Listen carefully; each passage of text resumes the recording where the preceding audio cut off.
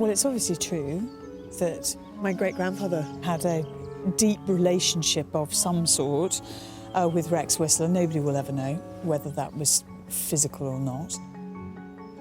There's a hint of tension in everything because he's a very public figure, he's an MP, and he's clearly living a lifestyle that suggests he might be engaged in illegal acts. And, you know, you can't say this often enough. It was illegal for a man to be homosexual. I sort of wonder the kind of life that he was living. So Nikki says, if I was going to try and find out more about Malcolm's set, I should go to Kent. To Kent I shall go. That's the nature of it. And she says to follow up on a friend that she knows that Malcolm Bullock saw a lot of, Sir Philip Sassoon. Sir Philip Sassoon was a British politician and a member of the fabulously wealthy Sassoon and Rothschild families. He was famed as an extravagant host who threw lavish house parties attended by the glamorous A-listers of the day. One of his homes was the country house Port Lympne. Hi there, Damien. Hi there. Claire. Very nice to meet you. Nice to meet you too. Welcome to Port Lympne. Before we go inside, I'll take you out onto the terrace and give you a bit of a sense of the location. Damien Collins MP is an expert on Philip Sassoon and his circle. The location is really why Philip Sassoon loved this house and built it here. That is extraordinary. You do feel when you're at Port Lympne like you're in an enclosed world, which I think is what Philip Sassoon wanted. It makes it ideal as a great party house and a great place to entertain his friends. But I thought perhaps we could wander into the house. And I understand my great-grandfather was a guest here? That's right, he was. I thought you might be particularly interested to see this room. It hasn't really changed very much since Malcolm Bullock would have been a guest here at Lympne. Is this a Rex Whistler? Yes, that's right. Oh. So this was commissioned by Philip Sassoon, and Whistler painted this during the summer when the parties were going on. And there's a very good description here of one of Philip's parties. He made his weekend parties unparalleled in the world. Nothing like them had been seen before, and surely nothing remotely like them will ever be seen again. No pomp, no ceremony, no formality, and no white ties. Just dinner jackets, still pretty smart. But always when you went to change for dinner, a carnation and a cocktail on your dressing table. Today it all seems like a dream of another world.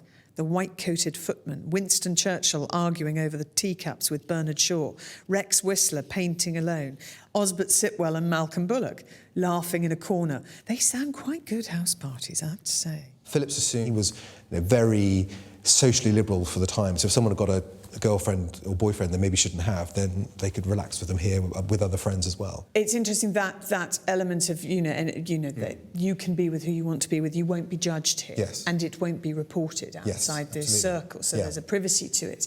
One of the things I've been looking at is whether Malcolm Bullock had a relationship with Rex Whistler, and whether actually he may have had relationships with other men. Do you know anything about that? Well, I think Philip Sassoon himself, he's believed that he was actively homosexual, but it could never be public. But when you look at Philip's parties, I think they divide into two groups. There are the big sort of social gatherings we've talked about, celebrities and famous people and politicians. There are then lots of gatherings as well where you see groups of men who we now know were either homosexual or certainly bisexual. So Bob Boothby, Malcolm Bullock, and other MPs like Victor Cazalet, Chips Channon. They're often together at Philip's parties, and I think there he provides an opportunity for probably a group of gay men to basically socialise with each other. Gosh, you just say that as if it's accepted fact. Group of gay MPs, Malcolm Bullock was one of them. Yeah, but again, I think whether that was publicly known about, I think they would have been very careful to make sure that it wasn't.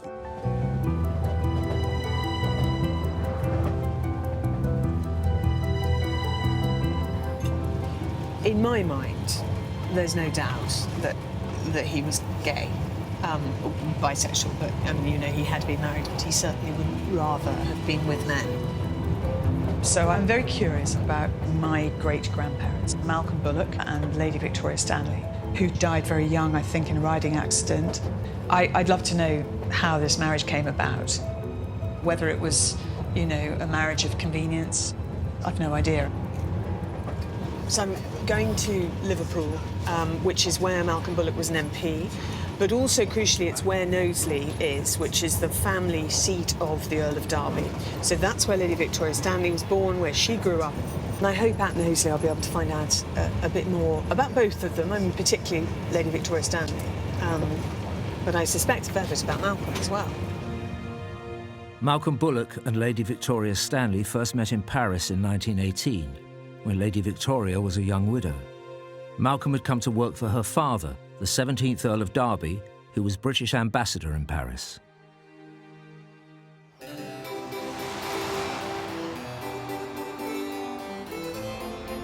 Claire wants to find out more about her great-grandparents' relationship at that time. The current Earl of Derby, who would be a cousin of my mother's, he's away, so I'm going to meet the archivist.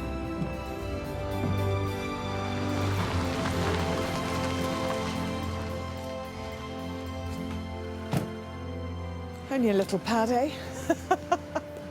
God. The curator of the Derby collection, who looks after the archives at Knowsley, is Stephen Lloyd. These are all your Stanley family ancestors. Bit overwhelming.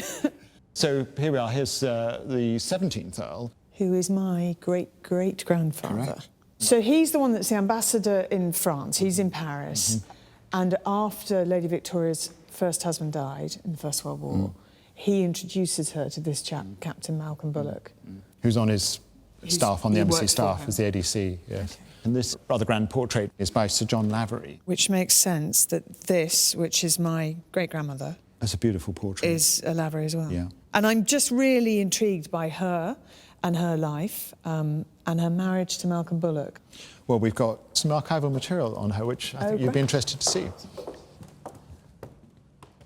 So the story starts when Lord Derby is made a British ambassador in Paris in November 1918. Do have a look through. Look at these pictures. The King of the Belgians.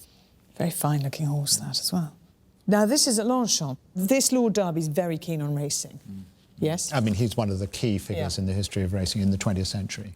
Consequently, Lady Victoria is interested in horses and racing. She was certainly going to a lot of social events with her father. And he adored her, didn't he? Yeah.